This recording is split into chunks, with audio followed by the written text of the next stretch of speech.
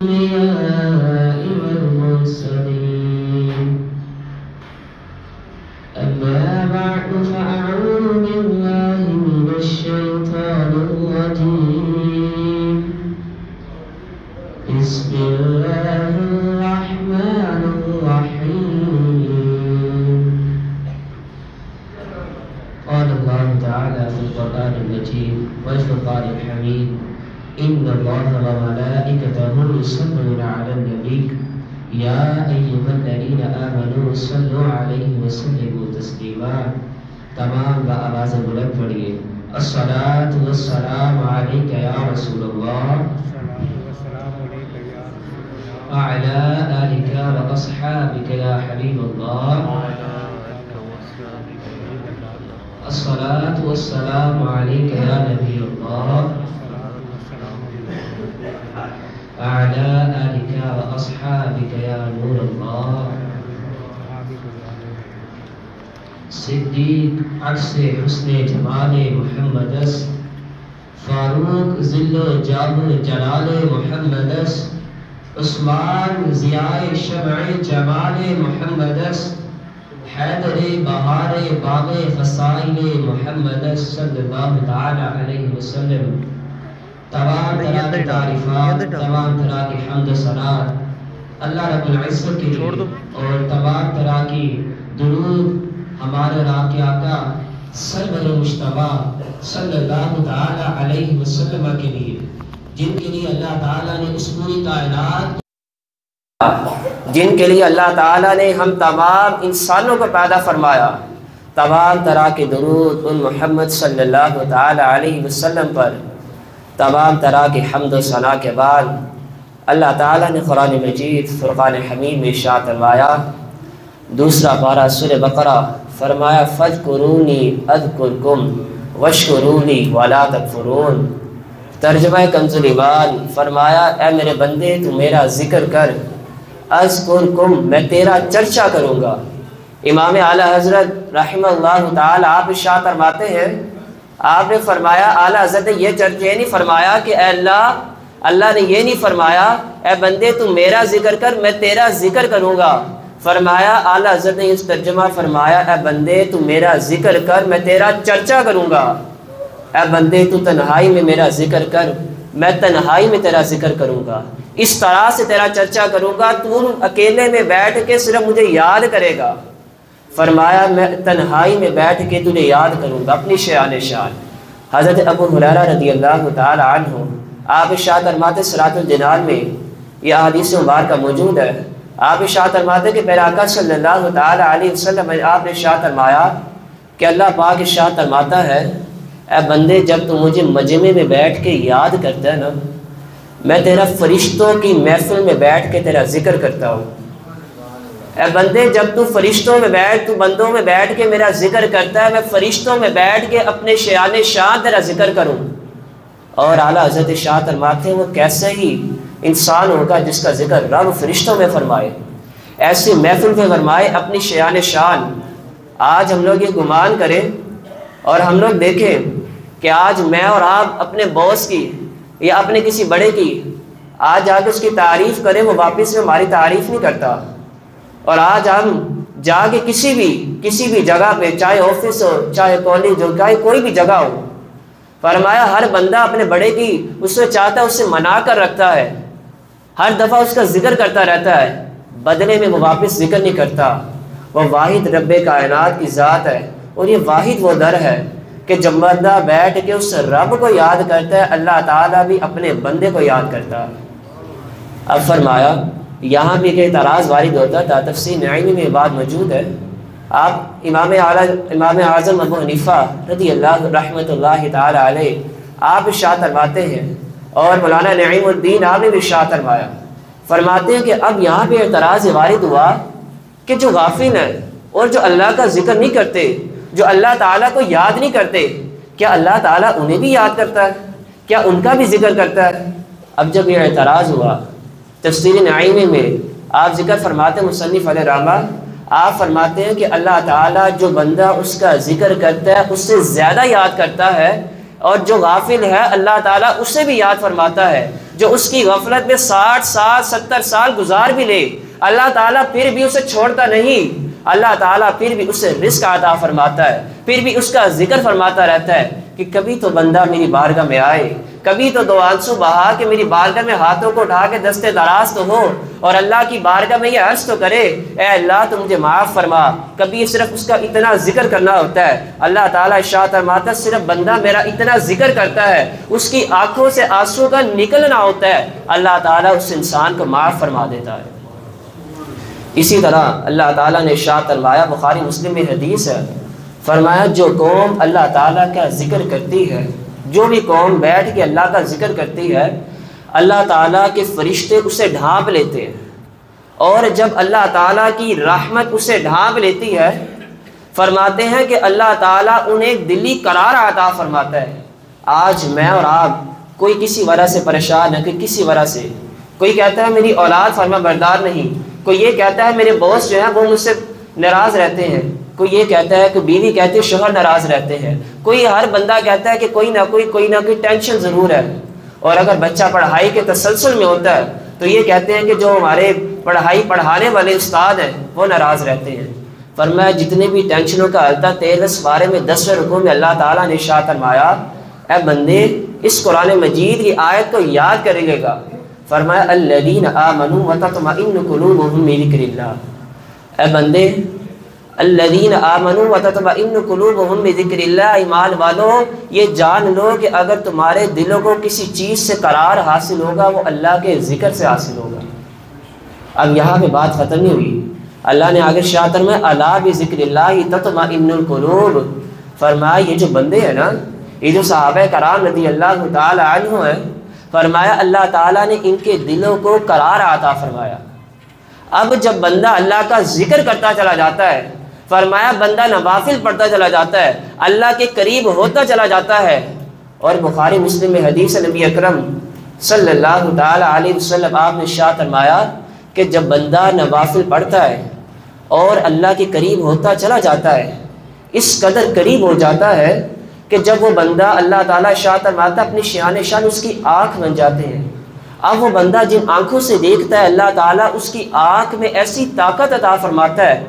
بیٹھا تو ادھر بیٹھ کے دیکھتا ہے، اور پھر حضرت سیدنا عمر فاروق رضی اللہ تعالی عنہ کی طرح وہ دور مسجد نبوی میں جمعے کا خطاب فرما رہے ہو، حضرت سعد بن ابی وقاص رضی اللہ تعالی عنہ آپ جنگ کے لیے تشریف فرما ہو اور آپ جنگ لڑ رہے ہو، صحابہ کرام رضی اللہ تعالی عنہ تمام جنگ کے مصروف ہو، عمر رضی اللہ تعالی عنہ مسجد نبوی میں ہیں، صحابہ کہیں دور میدان جنگ میں ہے، اور عمر رضی اللہ تعالیٰ نے ارشاد فرمایا اے سعد ادھر سے جا کے حملہ کرو، دشمن یہاں سے بھی حملہ کرتا ہے۔ یعنی اللہ تعالیٰ آنکھ میں ایسی طاقت عطا فرماتا ہے کہ بندہ بیٹھ کے ادھر دیکھتا ہے، لیکن اللہ تعالیٰ اس کی آنکھوں سے پردوں کو غائب فرما دیتا ہے۔ اب فرماتے ہیں اللہ تعالیٰ ارشاد فرماتا ہے میں اس کا کان بن جاتا ہوں جس سے وہ سنتا ہے۔ اب وہ جب بندہ سنتا ہے تو وہ سلیمان علیہ السلام کی طرح 40 میل دور بیٹھے ایک چونٹی کی آواز کو بھی سن لیا کرتے ہیں۔ حضرت سلیمان علیہ السلام اور آپ کا لشکر جو تھا، فرماتے ہیں حضرت سلیمان علیہ السلام تشریف لے کے جا رہے اپنے لشکر کے ساتھ، اور چونٹی 40 میل دور بیٹھی ہے اور اس کے اپنے لشکر کے ساتھ چونٹی جا رہی ہے۔ چونٹی نے کہا اپنے لشکر سے جلدی جلدی یہاں سے چلو کہ حضرت سلیمان علیہ السلام کا لشکر آپ کو کچل نہ دے۔ 19 پارے میں 4 پاؤں میں اس کا ذکر موجود ہے۔ حضرت سلیمان علیہ السلام دور دیکھ کے آپ نے صرف یہ بات سنی تھی، کان میں ایسی سماعت تھی، فرمایا اسے دیکھ کے مسکرائے کہ چونٹی کا کیا ایمان ہے۔ فرمائے وہاں پہ علماء فرماتے ہیں وہ جو چونٹی تھی اس کا ایمان بڑا کچا تھا، وہ یہ بات گمان کرتی تھی کہ اگر وہ بندہ رزق حاصل کرنے جا رہی چونٹیاں اور اس حضرت سلیمان علیہ السلام کا لشکر اسے کچل دے، اسے اس بات کا ایمان نہ تھا کہ سلیمان علیہ السلام 40 میل دور بھی آواز کو سن لیا کرتے ہیں۔ اور علماء نے فرمایا سلیمان علیہ السلام اگر 40 میل دور چونٹی کی آواز کو سن سکتے ہیں، اگر ایک انبیاء کا یہ عالم ہے، ایک رسول کا یہ عالم ہے، تو تمام طرح کے انبیاء کے سرداروں کے رسول کا عالم کیا ہوگا۔ فرماتے آقا صلی اللہ تعالی علیہ وسلم آپ کو اللہ نے ایسی سماعت عطا فرمائی، فرمایا جب آقا صلی اللہ علیہ وسلم آپ تو جنت میں حضرت بلال حبشی رضی اللہ تعالی عنہ کے قدموں کی آواز کو بھی سماعت کر لیا کرتے تھے۔ ایسا اللہ تعالیٰ نے آپ کو سماعت عطا فرمائی تھی، اور آج ہمارا ایک نوجوان اٹھ کے یہ بات کرے کہ اللہ تعالیٰ نے آپ صلی اللہ تعالیٰ علیہ وسلم کو علم غیب نے عطا فرمایا، اور خدا کی قسم اٹھا کے کہنے کو تیار ہوں کہ اللہ تعالیٰ نے پیارے آقا صلی اللہ تعالیٰ علیہ وسلم کو وہ علم غیب عطا فرمایا کہ آپ جو تھے وہ حضرت عیسیٰ علیہ السلام کو اللہ نے کچھ معجزات عطا فرمائے، حضرت سلیمان علیہ السلام کو بھی کچھ معجزات عطا فرمائے، کسی انبیاء کو 5، کسی کو کتنے عطا فرمائے۔ لیکن قربان جاؤں آقا صلی اللہ علیہ وسلم کی ذات اقدس پر، فرمایا جن کا اٹھنا بھی معجزہ تھا، بیٹھنا بھی معجزہ تھا، چلنا بھی معجزہ تھا، مسکرانا بھی معجزہ تھا، اور اگر رسول اللہ صلی اللہ علیہ وسلم گفتگو فرماتے تھے تو آپ کا گفتگو فرمانا بھی معجزہ تھا، اور آقا صلی اللہ تعالی وسلم کا بول اس قدر میٹھا، آپ گفتگو فرمائے۔ ابو جہل کہتے ہیں مکہ میں یہ بات مشہور تھی، فرماتے ابو جہل یہ بات کہنے پہ مجبور تھا۔ ابو جہل کہتا ہے کہ اے لوگوں، حضور کریم صلی اللہ علیہ وسلم کی بارگاہ میں نہ جانا، فرمایا اگر ان کا حسن و جمال دیکھتے ہیں تو مردان عرب رسول اللہ صلی اللہ علیہ وسلم پر کلمہ پڑھ لیتے ہیں، اور اگر گفتگو دیکھتے ہیں تو صرف کلمہ نہیں پڑھتے بلکہ آقا صلی اللہ علیہ وسلم کی ذات اقدس اپنے سر بھی کٹا دیتے ہیں۔ یعنی ایسا اللہ تعالیٰ نے آپ کو وہ جمال عطا فرمایا۔ اب یہاں پہ علماء فرماتے ہیں کہ یہاں پہ ہم لوگ کتنے ہی غافل ہیں، کتنے ہی ہم لوگ غافل ہیں کہ اللہ تعالیٰ فرمائے اے بندے تو میرا ذکر کر، میں تیرا چرچا کروں گا، پھر ہم لوگ اپنے رب کا ذکر نہیں کرتے۔ اب یہاں پہ اللہ تعالیٰ نے آیت کے دوسرے جز میں عطا فرمایا وشکرونی، اے میرے بندے تو میرا شکر کر، اور 13ویں پارے میں اللہ تعالیٰ نے شاہ فرمایا لئن شکرتم لأزیدنکم، اے میرے بندے تو میرا شکر کرتا جا، میں تیرے رزق کو بڑھاتا چلا جاؤں گا۔ فرمایا ایک بندہ تھا حضرت موسیٰ علیہ السلام کی قوم کا، اور حضرت موسیٰ علیہ السلام کوہ طور پر تشریف لے کے جا رہے ہیں، ایک بندہ ملا، وہ کہتا ہے کہ اللہ سے دعا کریے اللہ تعالیٰ مجھے مال عطا فرمائے، میرے پاس پہننے کو کچھ نہیں ہے۔ اب دوسرا آگے جاتے ہیں، ایک دوسرا بندہ ملتا ہے، وہ کہتا ہے کہ آپ اللہ تعالیٰ سے دعا فرمائیے کہ اللہ تعالیٰ میرے سے رزق کم کر دے، اتنا رزق سنبھالا نہیں جاتا۔ حضرت موسیٰ علیہ السلام کے فرماتے ٹھیک ہے، اور آگے کوہ طور پر تشریف لے کے جاتے ہیں، اللہ سے ہم کلام ہوتے ہیں، اور اللہ سے ہم کلام ہونے کے بعد جب واپس تشریف لے کے آتے ہیں اس بندے کو پیغام سناتے ہیں جس نے کہا تھا رزق بہت ہے، فرمایا تو اللہ کا شکر کرنا چھوڑ دے، اللہ تجھ سے رزق چھین لے گا۔ اس بندے نے کہا اے موسیٰ رزق تو میں اللہ تعالیٰ عطا فرماتا، میں شکر کرنا نہیں چھوڑ سکتا، اپنے رب کا شکر ادا کرتا رہوں گا۔ فرمایا پھر تیرے طرف اللہ تعالیٰ رزق عطا فرماتا ہی چلا جائے گا۔ اب تھوڑا سا آگے تشریف لے کے جاتے ہیں، اب دوسرے بندے سے پوچھتے ہیں، وہ بندہ کہتا ہے موسیٰ کیا فرمایا؟ حضرت موسیٰ علیہ السلام آپ ارشاد فرماتے اللہ تعالیٰ نے ارشاد فرمایا تو اللہ کا شکر ادا کرنا شروع کر دے، اللہ تجھے عطا فرما دے گا۔ اب اس بندے نے پھر ناشکری کی، انہوں نے کہا کہ میرے پاس ہے ہی کیا؟ اب ایک تیز ہوا چلتی ہے اور ان سے جو بدن میں کپڑے ہوتے ہیں وہ بھی اتر جاتے ہیں، اور اسے ریت سے اپنا بدن چھپانا پڑتا ہے۔ حضرت موسیٰ کلیم اللہ علیہ نبینا علیہ السلام کی اس حکایت سے سبق ملا کہ اللہ کا شکر ادا ہر وقت کرتے رہنا چاہیے۔ آج ہر بندہ کیوں پریشان؟ اگر کسی کے پاس 30,000 ہے وہ کہتا ہے میرے پاس 50 ہونا چاہیے، 50 والا کہتا ہے میرے پاس لاکھ ہونا چاہیے، لاکھ والا چاہتا ہے کروڑ، کروڑ کہتا ہے خرب ہونا چاہیے، اور کسی کے پاس 5 ملہ وہ کہتا ہے 10 ملہ ہونا چاہیے۔ وہ خدا کے بندے حضرت داتا گنج بخش رحمہ اللہ تعالیٰ آپ ارشاد فرماتے ہیں، کشف الموضوع میں بات ذکر ہے، آپ نے ایک آیت کو ذکر فرماتے ہیں سیدنا ابوبکر صدیق رضی اللہ تعالیٰ عنہ، آپ ارشاد فرماتے ہیں کہ حضرت ابوبکر صدیق آپ دعا فرمایا کرتے تھے اللہ تو مجھے کثیر مال تو عطا فرما، لیکن میرے مالک مجھے اس مال سے محبت نہ عطا فرما۔ اب داتا گنج بخش رحمہ اللہ تعالیٰ آپ نے مزید اس کی تفسیر فرمائی، فرمایا کہ سیدنا ابوبکر صدیق رضی اللہ تعالیٰ عنہ کہ اس جو چیز تھا، اس حکایت کا جو مقصد تھا وہ پتہ چلا اس وقت جب آقا صلی اللہ علیہ وسلم نے فرمایا تھا اے لوگوں مال لے کے آؤ۔ حضرت سیدنا ابوبکر صدیق رضی اللہ تعالیٰ گھر جاتے ہیں، اور گھر جا کے حضرت عائشہ صدیقہ رضی اللہ تعالیٰ عنہ آپ سے مناتے ہیں کہ ایک سوٹ رکھنا ہے، ایک بدن میں سوٹ رکھنا ہے، اور باقی تمام مال اس میں ڈال دو، باندھ کے تشریف لے کے جا رہے ہیں۔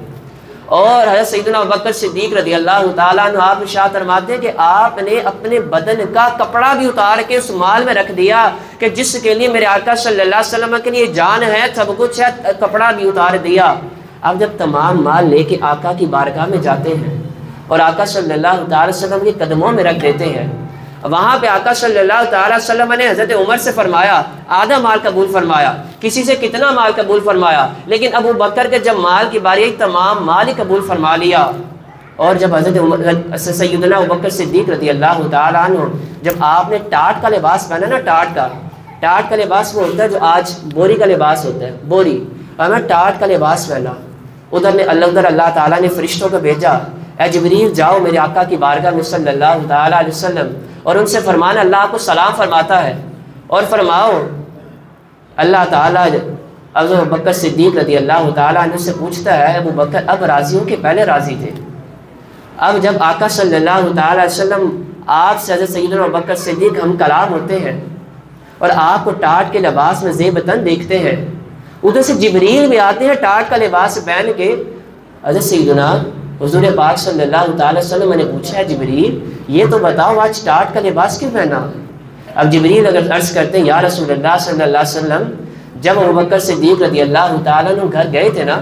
اور جب جا کے اپنے بدن کا لباس بھی اتارا اور ٹاٹ کا لباس پہنا تھا، اللہ کو ابو بکر کی یہ ادا اس قدر پسند آئی، اللہ تعالیٰ نے ساتوں آسمان میں جتنے بھی فرشتے تھے، اور میں ساتوں آسمان میں جتنے بھی فرشتے تھے، زمین میں جتنے بھی فرشتے تھے، ہر جگہ جتنے بھی فرشتے موجود تھے، اور فرمایا جتنے بھی فرشتے چاہے وہ سدرۃ المنتہا سے اوپر فرمایا عرش اولی پر جتنے فرشتے اٹھائے ہوئے تھے تمام کے تمام کو ٹاٹ کا لباس بنا دیا۔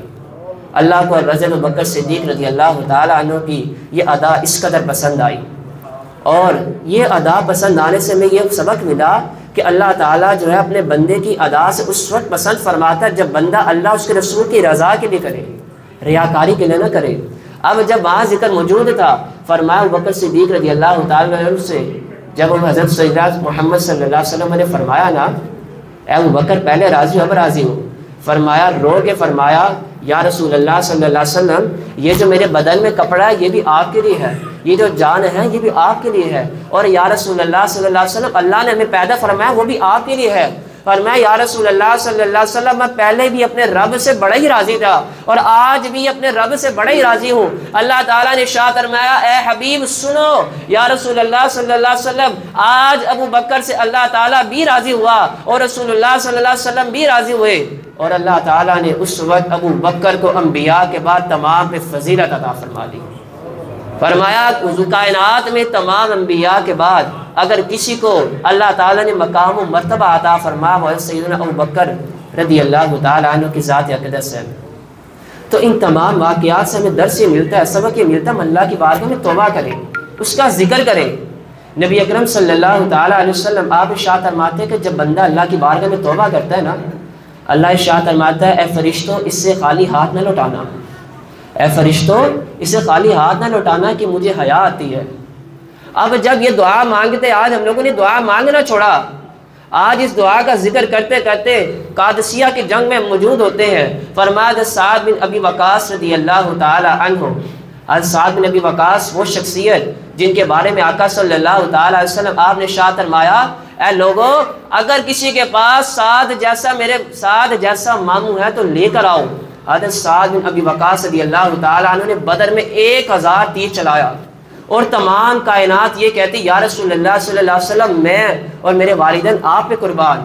رسول اللہ صلی اللہ علیہ وسلم نے ارشاد میں اے سعد تو تیر چلاتا جا میرے والدین تجھ پہ قربان ہیں۔ یہ آقا صلی اللہ تعالی علیہ وسلم نے ارشاد فرمایا۔ وہ سعد بن ابی وقاص رضی اللہ تعالی عنہ جب آپ تشریف لے کے جاتے ہیں نا قادسیہ کی جنگ میں کفار للکار رہے تھے اور کفار کہہ رہے تھے ہے کوئی آؤ تو ہے کوئی اور آؤ میدان جنگ میں ہم سے مقابلہ کرو۔ سعد بن ابی وقاص رضی اللہ تعالیٰ عنہ نے لشکر لیا اور گھوڑے دوڑا دیے۔ اب جب گھوڑے دوڑاتے ہیں آگے تشریف لے کے جاتے ہیں وہاں دریائے فرات آتا ہے، اور جب دریائے فرات آتا ہے وہاں پہ آپ کے پاس جو ہے راستہ موجود نہیں ہوتا، کوئی پل موجود نہیں ہوتا، اسی لیے تو شاعر نے بھی یہ کہا تھا دشت تو دشت ہے صحرا بھی نہ چھوڑے ہم نے،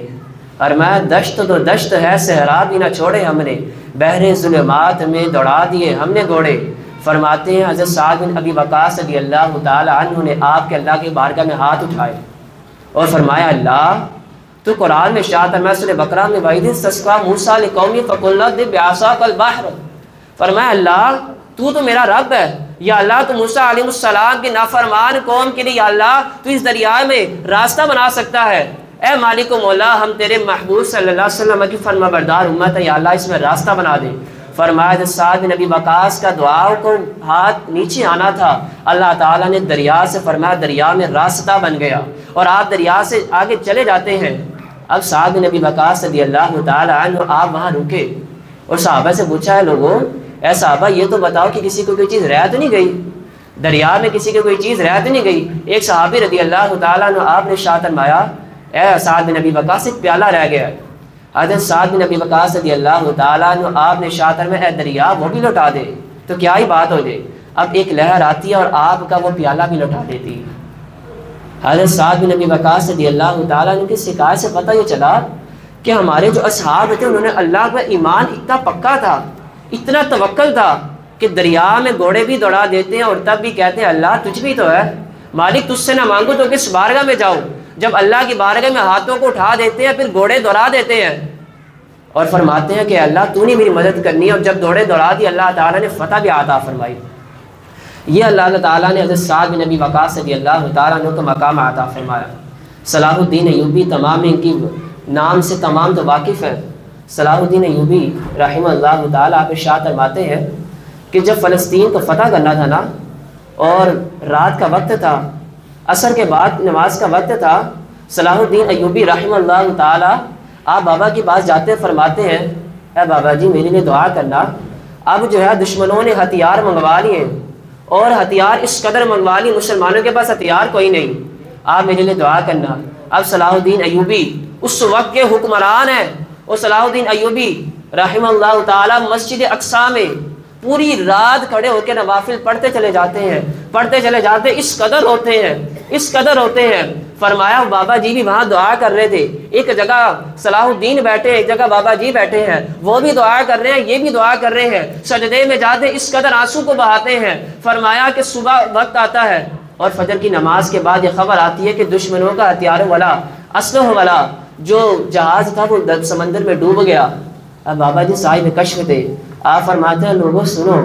وہ جو سمندر میں نہیں ڈوبا تھا، صلاح الدین کی آنکھوں کے آنسو میں ڈوب گیا تھا۔ یعنی اللہ تعالیٰ نے صلاح الدین ایوبی رحمہ اللہ تعالیٰ کو اتنا مقام عطا فرما، آپ کا ایمان تھا کہ اگر میں رب سے مانگوں گا مجھے بے سہارا نہ چھوڑے گا، اگر میں رب کی بارگاہ میں ہاتھوں کو اٹھاؤں گا وہ مجھے ہر طرح سے عطا فرمائے گا۔ داتا صاحب نے کشف المعجون میں یہ بات لکھی، آپ ارشاد فرماتے ہیں اے بندے پہلے علم سیکھ، اے بندے پہلے علم سیکھ پھر اللہ سے عشق کرنا شروع کر۔ اور آپ نے اس کو سمجھانے سے ایک مثال بتائی، آپ نے فرمایا سیدنا عبداللہ ابن مبارک رضی اللہ تعالیٰ عنہ رحمہ اللہ تعالیٰ، آپ فرماتے ہیں کہ تابعی بزرگ تھے، صحابہ کی سیرت سے تابعین سے کہتے ہیں جو صحابہ کا شاگرد ہو۔ آپ فرماتے ہیں کہ صحابہ کے شاگرد حضرت سیدنا عبداللہ ابن مبارک رضی اللہ تعالیٰ عنہ یہ معمول تھا کہ رات عشاء کی نماز پڑھتے اور جس سے محبت کرتے تھے اس کے دروازے پر چلے جاتے، 11 سے 12 گھنٹے فرماتے کھڑے رہتے اس کی ایک جھلک کو دیکھنے کے لیے۔ اب فرماتے سردیوں کی رات تھی، اب امام صاحب نے رات کو لمبا کر دیا، عبداللہ ابن مبارک رضی اللہ تعالیٰ عنہ آپ نے دل میں سوچا کہ امام صاحب تو فارغ ہیں، ہمیں اور بھی کام ہے، نماز پڑھ کے جاتے سردیوں کی رات میں 12 گھنٹے کھڑے ہوتے ہیں، فرماتے ہیں رات 12 گھنٹے کھڑے ہوتے ہیں، رات کا آخری پہر ہوتا ہے، تہجد کا وقت ہوتا ہے، اب وہ تشریف لاتی ہے جو اس کی محبوبہ، وہ آتے ہیں اور جب وہ آ کے ایک جھلک صرف 1 منٹ کے لیے آتی ہے، عبداللہ ابن مبارک فرماتے ہیں وہ 1 منٹ کے لیے آئی، اس نے یہ کہا کہ مہمان آئے آج وقت نہیں ہے، عبداللہ ابن مبارک وہاں سے تشریف لے جاتے ہیں، اور جب فجر کی اذان کا وقت ہوتا ہے، اذان جب کان میں پڑتی ہے فرماتے ہیں اس دن دل ٹوٹ جاتا ہے، دل ٹوٹ جاتا ہے، دل اس بات سے چیخ و پکارتا ہے اے عبداللہ تو نے 12 گھنٹے کھڑے ہو کے اپنی محبوبہ کے لیے تو 12 گھنٹے کھڑا رہا ایک جھلک دیکھنے کے لیے، فرمایا آج اللہ تعالیٰ کی فجر کی اذان میں اللہ بلا رہا ہے۔ جب دل ٹوٹا نا فجر کی نماز پڑھتے اللہ سے اس قدر توبہ کرتے ہیں، فرماتے ہیں کہ اس رات عشاء کی نماز میں کھڑے ہوئے 60 سال فرمایا عبادت کی، لیکن ایک بھی دن ایسا نہیں آیا جس سے میرے پاؤں تھکے ہوں، جس دن میری ٹانگیں تھکے ہوں، ایک بھی دن ایسا نہیں آیا کہ جس دن میں تھکا ہوں، 60 سال اپنے رب کی عبادت کرتا چلا گیا، عشق بڑھتا چلا گیا، اور اسی صورت میں آپ کا وصال ہو گیا۔ عبداللہ بن مبارک رضی اللہ تعالیٰ عنہ کی سیرت ہمیں یہ بتاتی ہے کہ اللہ سے عشق کرنا چاہیے، اس سے محبت کرنی چاہیے۔ آج اگر ہم لوگ نماز تراویح پڑھیں اور 1 گھنٹہ نماز تراویح سے اوپر ہو جائے تو لوگ یہ کہتے ہیں کہ نماز تراویح بہت لمبی ہو گئی، اور خدا کی قسم ہمارا تو یہ معمول ہونا چاہیے تھا، صحابہ کی سیرت تو یہ بتاتی تھی کہ جب انسان نماز تراویح پڑھ بھی لے ذرا خلوت اپنے رب کو یاد تو کرے نا۔ جب خلوت اپنے رب کو بیٹھ کے یاد کرے گا اللہ تعالیٰ کیوں نہیں عطا فرمائے گا؟ کبھی بیٹھ کے اس طرح قرآن پڑھا ہو تو صحیح نا۔ آج ہم نے بیٹھ کے اپنے رب کا قرآن پڑھا ہی نہیں نا۔ اپنے رب کا قرآن جب عشق سے پڑھا ہو، ایک نماز وہ ہوتی ہے، داتا صاحب فرماتے ہیں ایک نماز وہ ہوتی ہے جو مشقت سے پڑھتی ہے، ایک نماز وہ ہوتی ہے جس میں 2 سیکنڈ میں سجدہ ادا ہو جاتا ہے، ایک نماز وہ ہوتی ہے جو محبوب کے عشق میں ہوتی ہے،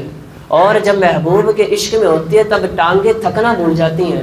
اور علی رضی اللہ تعالیٰ عنہ کی طرح جب تیر پاؤں میں لگا بھی ہو تو تیر اپنی درد بھول جاتا ہے، بس اللہ اور اللہ اور اللہ یاد آ جاتا ہے۔ تو ہمیں چاہیے کہ اللہ تعالیٰ کا ذکر فرمائے۔ اللہ تعالیٰ نے ارشاد فرمایا میرے بندے تو میرے محبوب کی اطاعت تو کر،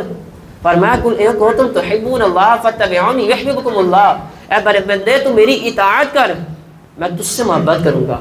تو میرے محبوب کی صرف اتباع کو لازم پکڑ لے، اے میرے بندے ہو نہیں سکتا میں تجھ سے محبت نہ کروں، اور جب میں تجھ سے محبت کروں گا اللہ تعالیٰ شاہ فرماتا ہے وَتُعِزُّ مَن تَشَاءُ وَتُذِلُّ مَن تَشَاءُ، پھر میں تجھے ایسی عزت عطا فرماؤں گا کہ اللہ تعالیٰ نے شاہ فرمایا اس کائنات میں کوئی سوچے گا بھی تجھے ذلیل کرنے کا، رسوا کرنے کا سوچے گا بھی، اور ساری کائنات لگ بھی جائے، ایک کائنات پوری ایک طرف ہو اور تو ایک طرف ہو اور اللہ تعالیٰ تیرے ساتھ ہو، فرمایا پوری کائنات مل کے بھی تجھے رسوا نہیں کر سکتی کیونکہ رب کا ساتھ تیرے ساتھ ہے۔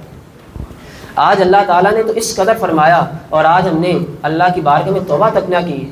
آج ہماری نوجوان اللہ کی بارگاہ میں سجدوں کرنے بھول گئے، تہجد پڑھنا بھول گئے۔ بابا فرید الدین آپ شاہ فرماتے ایک نوجوان تھا، اللہ سے بڑا ہی ڈرا کرتا تھا،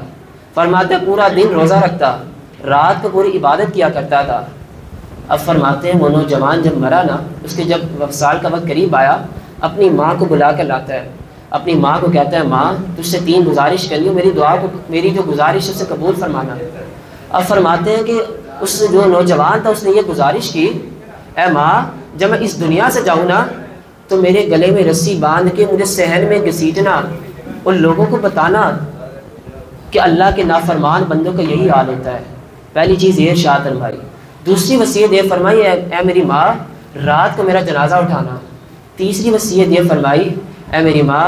رات کا جنازہ اٹھانے کے بعد جب لوگ میری قبر سے چلے جائیں تو میری قبر پر آنا، شاید اللہ اسی وجہ سے میری مغفرت فرما دے۔ اب فرمایا جب یہ کہتے ہیں ماں کی آنکھوں میں آنسو ہیں اور نوجوان پوری سال پوری زندگی عبادت کر کے جب وصیت کر کے فوت ہو جاتا ہے، اب ماں جو ہے وہ اس کے گلے میں رسیوں کو ڈالتی ہے اور تمام دیواروں میں گھر سے آواز آتی ہے خبردار یہ بندہ مجھ سے ڈرا، اس بندے نے مجھ سے محبت کی، اے والدہ رک جاؤ۔ تمام در و دیوار سے آوازیں بلند ہوتی ہیں، لوگ کہتے ہیں کیا ہوا؟ در و دیوار سے آوازیں آتی سے چھوڑ دو، یہ میرا بندہ ہے، اس نے میری عبادت کی ہے۔ اللہ فرماتا ہے میری بارگاہ میں حاضر ہو گیا، میں نے اسے معاف فرما دیا ہے۔ اے والدہ ایسا نہ کرنا۔ فرمایا جب اس کا جنازہ اٹھتا ہے اور قبر میں جاتا ہے، اللہ تعالیٰ شاہ فرماتا ہے وَلِمَنْ خَافَ مَقَامَ رَبِّهِ جَنَّتَانِ، اے میرے بندے تو مجھ سے ڈرانا۔ جب اللہ کی بارگاہ میں جاتا ہے اللہ تعالیٰ اسے 1 نہیں 2 جنتیں عطا فرماتا ہے۔ اب نوجوان کی حکایت نے بتایا کہ آج ہم نے اپنے رب کو یاد کرنا ہے، آج ہم نے اپنے رب کو اللہ کی بارگاہ میں توبہ کرنی ہے۔ آج رمضان کے ہماری مسجدوں سے ویران ہو گئی، ہماری مسجدوں میں نماز پڑھنے والے موجود نہیں ہیں۔ وہ کہاں گئے صلاح الدین ایوبی، وہ کہاں گئے میرے حمزہ رضی اللہ تعالیٰ عنہ، وہ کہاں گئے سعد بن ابی وقاص رضی اللہ تعالیٰ عنہ، وہ کہاں گئے مصعب بن عمیر رضی اللہ تعالیٰ عنہ، وہ کہاں گئے؟ وہ ہمارے سلاف تھے، انہوں نے تو ہمیں یہ تعلیم دی تھی کہ اللہ کی بارگاہ میں آنا ہے اور اس سے توبہ کرنی ہے۔ اب فرمایا حضرت سیدنا مصعب بن عمیر رضی اللہ تعالیٰ عنہ کیونکہ 15 شوال المکرم حضرت سیدنا امیر حمزہ رضی اللہ تعالیٰ عنہ آپ کا وصال مبارک ہے، اور یہ جو اوقات شوال المکرم جس میں غزوہ احد ہوا تھا، فرماتے تھے سیدنا مصعب بن عمیر رضی اللہ تعالیٰ عنہ وہ شخصیت تھی کہ آپ اس قدر مہنگا لباس پہنا کرتے تھے، فرمایا کہ اس قدر مہنگا لباس تھا کہ آپ کے گھر میں ایک لباس پہنا کرتے تھے دوسری بار اس کو زیب وطن نہ کرتے تھے، اس قدر مہنگا۔ فرمایا کہ آپ کے اس قدر اللہ تعالیٰ نے آپ کو مالا عطا فرمایا، ماں باپ نے اس قدر آپ کو لاڈ پیار سے پالا کہ جب جوان بھی ہو گئے فرمایا ہر طرح کی آپ کو آسائش فراہم تھی۔ وہ مصعب بن عمیر رضی اللہ تعالیٰ عنہ جب آقا صلی اللہ علیہ وسلم کی بارگاہ میں توبہ کرتے ہیں، اسلام کو قبول کرتے ہیں، غزوہ احد میں جب آپ حضور کریم صلی اللہ علیہ وسلم اسلام کا لشکر جو ہے، لشکر کا جھنڈا جب لے کے جا رہے ہوتے ہیں، اب وہاں سے ایک بدبخت کفار آتا ہے، اور بنو امیہ کا جو شخص تھا اس نے آپ کا نعوذ باللہ پہلے دایاں بازو کاٹا، پھر بایاں بازو کاٹا، پھر سینے میں تیر چلایا، اور یہاں تک کہ مصعب بن عمیر رضی اللہ تعالیٰ عنہ شہید ہو گئے۔ آپ فرماتے ہیں غزوہ احد میں جب تمام چیزیں موجود ہو گئی، جب تمام یہ واقعہ ہو چکا، مصعب بن عمیر رضی اللہ تعالیٰ عنہ آپ حضور کریم صلی اللہ علیہ وسلم کے حسن انور کی مشابہت رکھتے تھے، کوہرام برپا ہو گیا، اور ہر جگہ خبر پھیل گئی حضور کریم صلی اللہ علیہ وسلم نعوذ باللہ وصال فرما گئے، ہر جگہ کوہرام برپا ہو گیا۔ صحابہ اس وقت ٹھہر گئے، اور صحابہ نے کہا جن کے لیے لڑتے تھے اب تو وہ موجود ہی نہیں۔ پھر ایک اللہ کے صحابی، اللہ کے محبوب صلی اللہ علیہ وسلم کے صحابی، آپ نے دیکھا اور تمام اعلان فرمایا کہ حضور کریم صلی اللہ علیہ وسلم زندہ ہیں۔ جب حضرت سیدنا مصعب بن عمیر رضی اللہ تعالیٰ عنہ آپ کی لاش مبارک کو لایا جاتا ہے نا، اس سیرت مصطفیٰ صلی اللہ علیہ وسلم سامنے کتاب موجود ہے، اس میں ذکر ہے، فرماتے ہیں لایا جاتا ہے کہ آپ کے بدن کا حال یہ ہوتا ہے کہ چادر اوپر کرتے ہیں تو سر ننگا ہو جاتا ہے، نیچے کرتے ہیں سر ننگا ہو جاتا ہے، اوپر کرتے ہیں پاؤں ننگے ہو جاتے ہیں۔ حضور کریم صلی اللہ علیہ وسلم آپ کے آنسو مبارک، آپ کی آنکھوں سے آنسو مبارک جاری ہو گئے،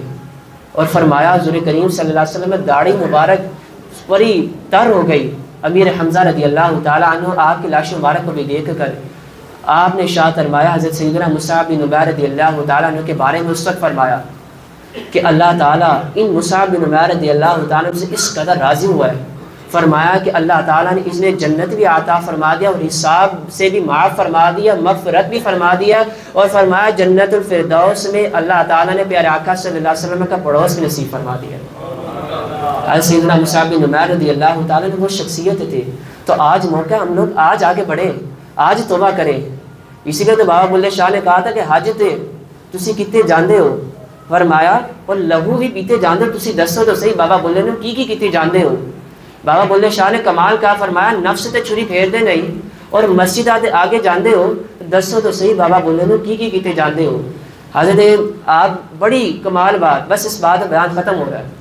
بڑی کمال اللہ تعالیٰ نے الف لام میم سے کلام مجید شروع کیوں فرمایا۔ آج ہم لوگوں ہر دفعہ ہر بندہ پڑھتا ہے الف لام میم ذالک الکتاب لا ریب فیہ، لیکن کیا ہے کسی بندے کو آج تک یہ بات پتہ نہیں الف لام میم سے کلام شروع کیوں ہوا، ہا میم سے کلام شروع نہیں ہوا، عین سین قاف سے کلام شروع نہیں ہوا، کاف ہا یا عین صاد سے کلام شروع نہیں ہوا۔ فرمایا یہ بھی اس اللہ کے لوح قرآنی میں سے تھے، ان سے کلام شروع نہیں ہوا، الف لام میم سے کلام شروع کیوں ہوا۔